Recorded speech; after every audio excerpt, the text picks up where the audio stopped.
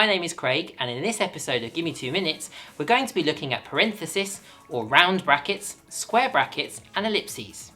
These are important punctuation marks and have many specific functions that can enhance the academic style of your writing. Firstly, parentheses, or rounded brackets, have three particular uses. Primarily, they are used to add extra information to a sentence. This information is often too lengthy to be embedded in a clause, or the writer may feel that it is relevant but not relevant enough to go into the sentence itself. Its function is usually used to clarify or provide contextual information. In this example, we don't need to know that the cinema was from the Odeon chain.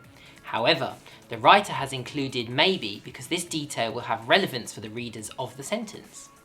Parentheses are also used for dates that are not used in the flow of the sentence. For example, the birth of the telephone, 1876, increased the speed of globalization, references when this was.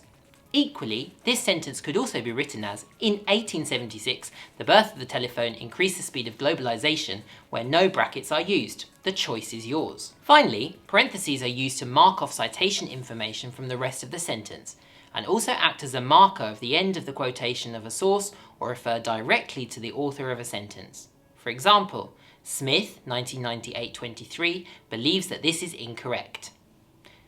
Square brackets have many functions, particularly in specialist fields such as phonetic transcription or in mathematical formulae.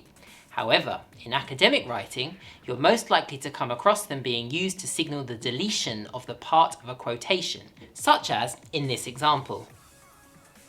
Finally, the ellipses has two further functions.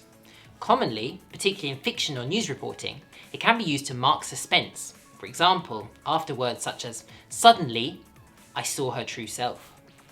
However, it is not recommended that you use it in academic writing. However, the more common use within this context is to show when you have removed the beginning of a quotation, because it's not relevant to your argument, but you want to signal to your reader that there was more that preceded it. For example, Smith says, "You cannot achieve this so quickly."